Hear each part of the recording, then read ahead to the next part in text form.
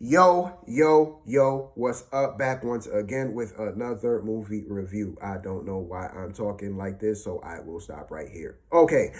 Back once again with another movie review, man. Watched this film last night.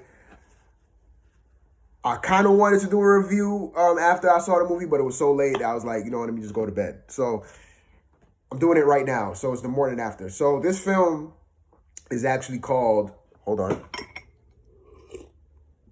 My tea is getting cold, man. What happened to Monday? Now, I found this movie on Google because I've been into dystopian kind of movies as of late. So I've did my Google search, and this film popped up on the list, and it kind of caught my attention. So I watched the trailer. I didn't even watch the full thing, and halfway through, I was like, okay, this film looks interesting enough for me to check it out. And yeah, I'm glad I did because man, this film to me is pretty good, man. It's pretty good. I really did enjoy the film a lot, and I do think that it's a really good movie. So that's like my short kind of thoughts on the film. But I'm going to what I found good about the movie, what I found bad. I'm gonna just pretty much wrap it up from there. I'm not gonna really waste you guys' time. What I did like is the overall story and the concept. You have this concept of, you know, the earth being overpopulated, and how certain people in power gets when they're in control and they want to control the planet, so they come up with these ideas, and you could kind of see where I'm going with this. So you have this biologist who comes up with the idea of each family only gets to have one child, and that's to preserve the population that's on the planet, to not make it go too far out there as far as like population growth. So it's to kind of like stabilize the planet population wise, because what happens is due to the earth being overpopulated, that causes climate change because there's more carbon footprint, more people are driving, yada yada yada, and you have certain climates that changes in certain regions, which causes the food to be scarce, the food to die out. So they have to make lab grown foods, GMO foods that people feed on. So they built this whole system, this whole law called the child allocation law, which basically makes sure that everybody just has one child. And if somebody else, like if a family has more than one child, then that other child gets taken by the powers that be, the government, whatever you want to call them, and they put them into this thing called cryosleep. Now, what cryosleep is basically like a time capsule, like a time chamber. Basically, they take the illegal children, they inject them with some kind of a serum that makes them go to sleep, and they lock them in this chamber, and they preserve them for however many years, and then they wake up eventually. Now, that's how it's advertised in the beginning of the film. So in the movie, they have big projectors outside of the town, and they basically play the advertisement of these kids being taken and put into cryo sleep. So they pass it off as this, just doing the right thing for humanity. They advertise it as this is okay. You know what I mean? So the masses, they don't know what's really going on behind the scenes. They just say, oh, yeah, even though they're taking people's children away, but they're taking good care of them, and they're just going to sleep, and eventually they'll wake up. That's how it's sold. But come to find out later on down in the movie, that's definitely not the case. And I'm not going to spoil what they actually do to these children, but you could kind of put two and two together. You could kind of figure out and find out what they do. So even saying that, it kind of gives it away. But yeah, I don't like the concept of them taking children, of course, but that whole kind of idea, seeing this play out, I really believe that we could be living in that society where something like that actually does take place years down in the future, especially what's been going on in this current society. You're seeing a lot of changes in this current society. We've been going through a lot of things this year, a lot of new things just been pushed upon us, and it kind of just like has taken everyone aback. Everybody had to do pretty much a life change in 1 year. Our jobs are not the same now. The way that we live is not the same now because we have to follow certain protocols. We have to follow certain procedures. And a lot of the things that we do see in these type of films is actually playing out right now in real life. You know what I mean? And I see the messages going along with it, just like in the movies. You know what I mean? Like they advertise it as one thing, but when you really go into it and really dig deep and really find out the truth of the matter, is not really what they're advertising. That's not really their true intentions. You know what I mean? And you see that in a lot of these dystopian kind of futuristic movies. And that's why I like them a lot, because I really feel like a lot of these movies are predictive programming. Like they put certain things in there to, signal people like, hey, look, this is coming. You know what I mean? And as crazy as that sounds, I don't care what anybody says, I am a staunch believer in predictive programming. Yes, predictive programming does exist. There's tons and tons and tons of examples. You can call me whatever you want. I don't care. It does exist. And, seeing something like this, it kind of just like opens your eyes like, man, this is the road that we could be heading down. So that idea is very interesting and not in a good way. So I think that's one of the things that I like about this film the most. Now, I really do wish that they would delve a little bit more into it, but they do explain it to a good degree. So it's basically not really about.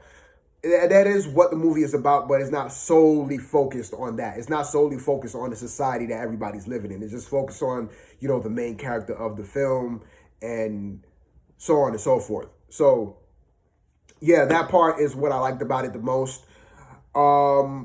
The action is pretty, it keeps your attention. It's not anything jaw-dropping or groundbreaking. This was a Netflix movie. It came out 3 years ago. I didn't know about it until last night. So it came out 3 years ago. So the production value is not as high as what you will see in, theaters as far as like other action movies. But it's not bad either. It's not to a point where it's like low budget or whatnot. You could tell that they put some kind of a production into it as far as like production budget goes. So it's not a super low budgeted type of film. I would say it's more so like in the middle. So yeah, that part is good. I did like the main character. Well, the main character, she plays 7 different characters, but they're pretty much one and the same. But yeah, I did like the main character. I did like Willem Dafoe's character. He plays the dad for the 7 siblings in this film. So you basically have these 7 siblings that's named after the day of the week. So you have one child is named Monday, one child is named Tuesday, yada, yada, yada.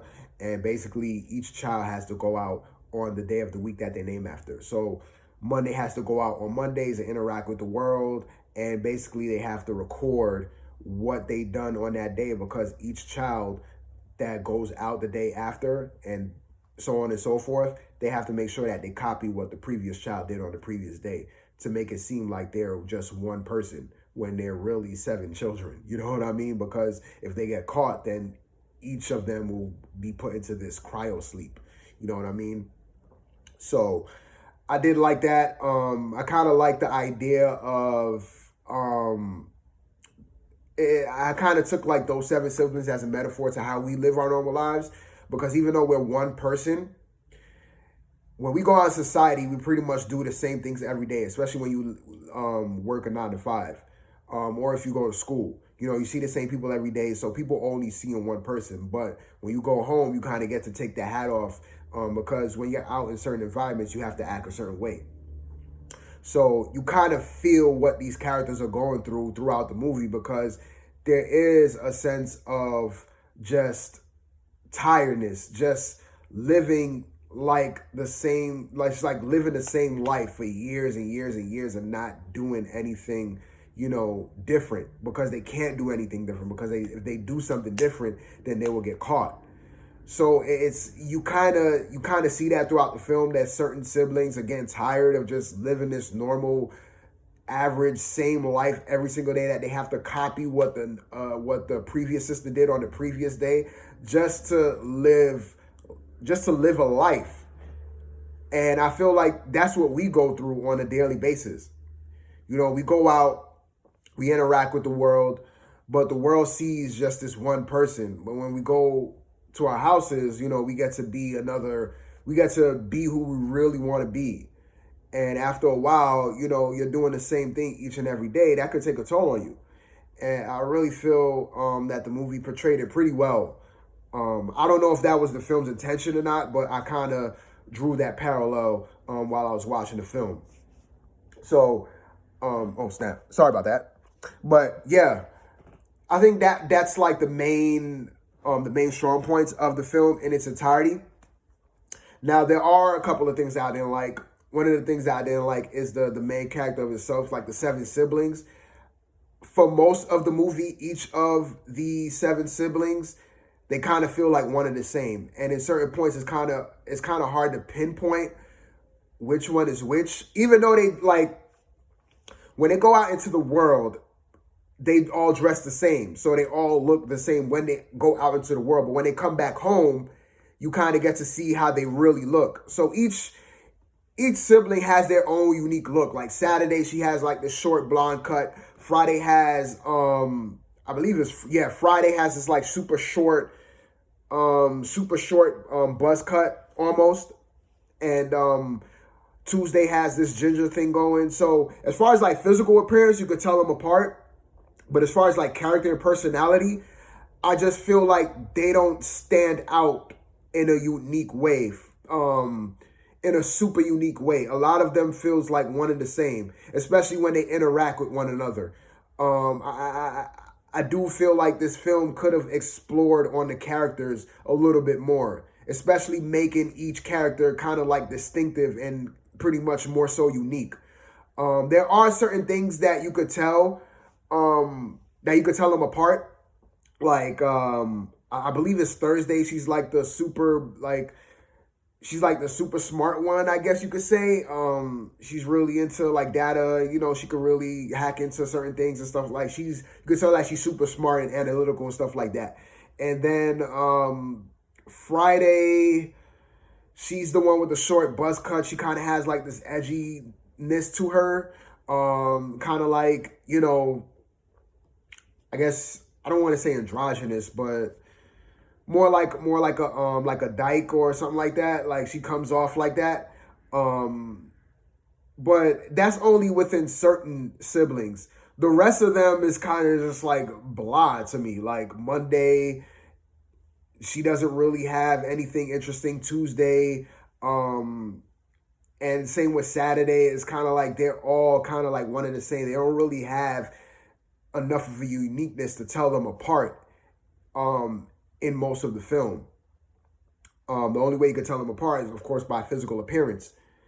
And I just don't think that that's good enough. I think they could have been a little bit more distinct. I think they could have been a little bit more developed.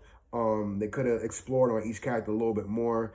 But I guess, when you're dealing with movies, you have to deal with screen time and kind of like balancing everything out. So I think that would have made the film a little bit too long. The film is already a little bit over 2 hours, and it did feel a little bit kind of long. So if they would have had explored on each of the seven characters, made them a little bit unique, it would have kind of stretched the film out a little bit more, and that would have kind of put a damper on the film. So I guess they had to compromise that, or they had to sacrifice that to make the movie a little bit more tight and a little bit more cohesive. So it's not really a big negative. It's just, one thing that I wish they could have done better.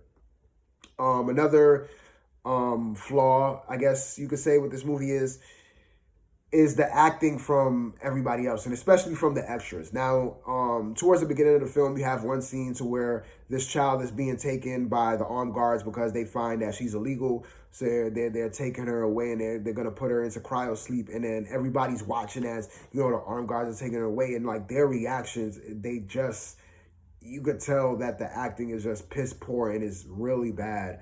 They don't really sell the stress. They don't really sell the sadness that people are watching. They don't really, you could tell that it's just cheesy, force-fisted acting. And it's just like, and the camera too in the scene is really focused on them. So you really get to see their reaction. And it kind of takes you out of that scene for a little bit. And it's kind of like, man, like this is not done well at all. But that's only in certain scenes of the film. So it's not really a big negative like that. But overall, yeah, it's a really good film, man. I don't really want to go too much into it because I do want you guys to check it out. And yeah, man, I think I'm gonna wrap it up from here. I don't think I have nothing else to say. So if you have a night where you have some free time, you just want to watch a cool movie, I would say definitely check it out, man. Especially if you're into dystopian, futuristic type of films like I am. And yeah, so till my next one, man. I still don't have an outro.